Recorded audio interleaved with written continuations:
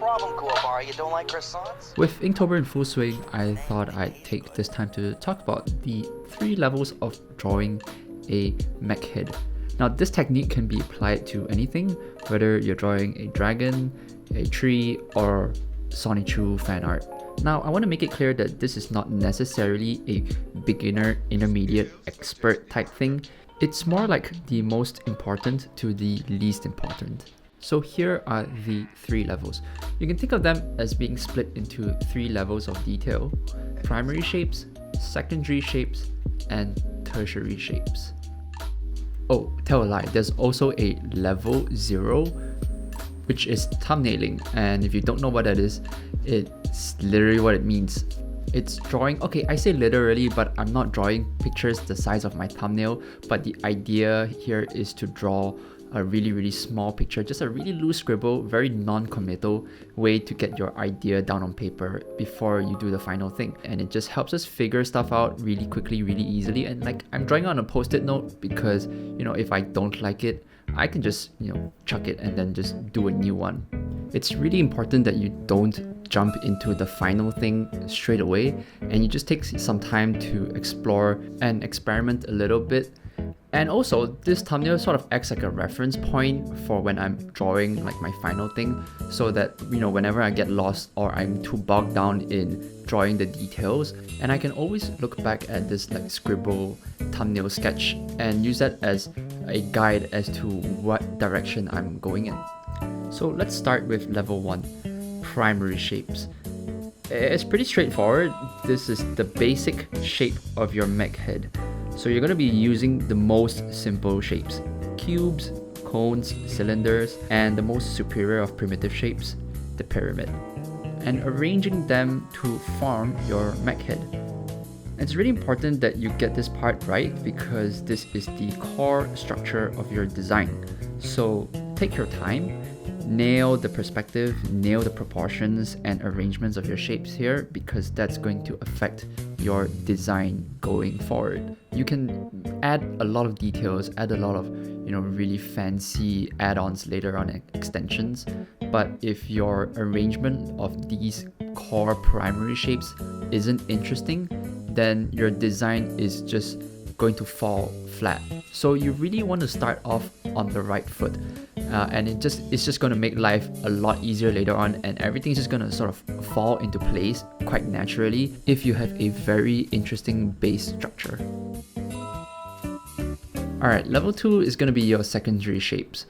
Now that you have your base structure, your really simple arrangement of cubes and cylinders and whatnot, you're going to be applying some more complex construction techniques to it. So for example, you can cut it into segments like I am, like sort of like a Tetris piece shaped thing, I don't know. And then, you can split it away so it forms a more complex silhouette. Another thing you can do is extrusions, pulling out some shapes, smaller shapes from your larger base structure, and also subtraction, which is, just cutting out little bit slices and holes in your piece. So here is that technique applied to the mech head.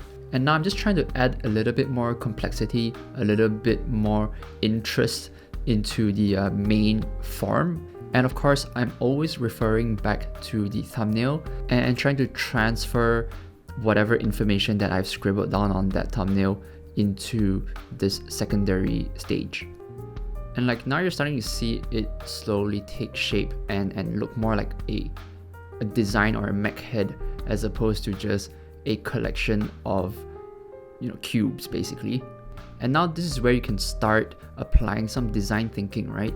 Thinking about how things connect to each other, thinking about how things fit, making sure that your extrusions and your cuts make sense, I suppose. And it doesn't really have to, but sometimes you can be at a bit of a loss. You don't know where to extrude, or like which part should I be cutting out. So thinking about functionality and all this sort of design thinking stuff is going to help you inform a lot of these decisions and make things look a little bit more grounded, make things look like they make sense. And as a result, the design is going to be a bit more appealing for sure.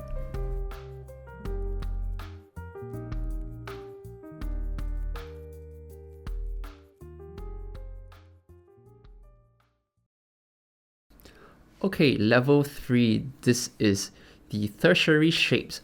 And this is where it starts to get really, really interesting for me and where the fun part starts. It's where you start giving it all the micro details. Now, these micro details are a little bit more specific to the subject matter you're drawing. It's kind of like putting a skin over your secondary drawing.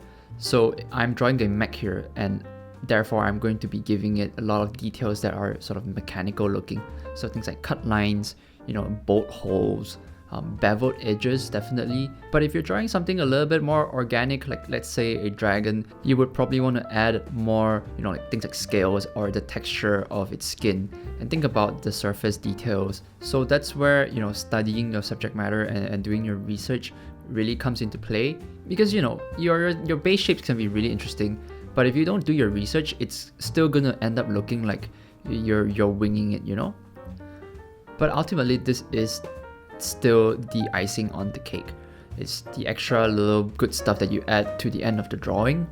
If you do not have a good base shape that is interesting, these surface details will not save your drawing. Or at the very least, it sort of puts a cap on your drawing, right? You can have really nice surface details, but if the base isn't interesting, you're ultimately going to be putting a ceiling or capping how interesting or good your design is going to be.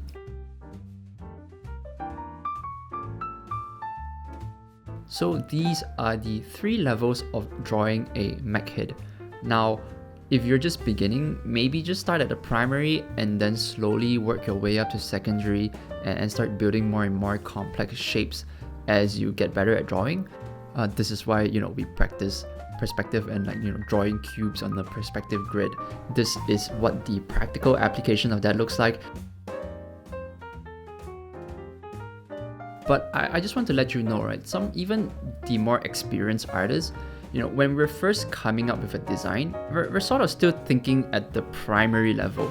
Sure, when we're drawing, we'll skip straight to the level 3 drawing, but we're still thinking about the design from a primary base shape level. We're not really going into the design thinking of, the surface tertiary details. That is the least important part of the design, and that sort of just comes naturally, almost subconsciously as you're drawing, and you sort of know where to put these tertiary details and all these surface cut lines and whatnot. But the thing that you actively have to be thinking about and purposefully arranging are these big shapes. And I just want to reiterate and stress again that this technique isn't just applicable to hard surface, mech stuff like I'm doing here. You can basically break anything down into the most basic primitive shapes. Even the human body or an animal or a tree could be broken down and turned into cubes and cylinders. And from there, it's just a matter of refining. So there you have it, the 3 levels of drawing a mech head. If you like this video, like it, comment, subscribe, you know what to do. Have a nice day. Goodbye.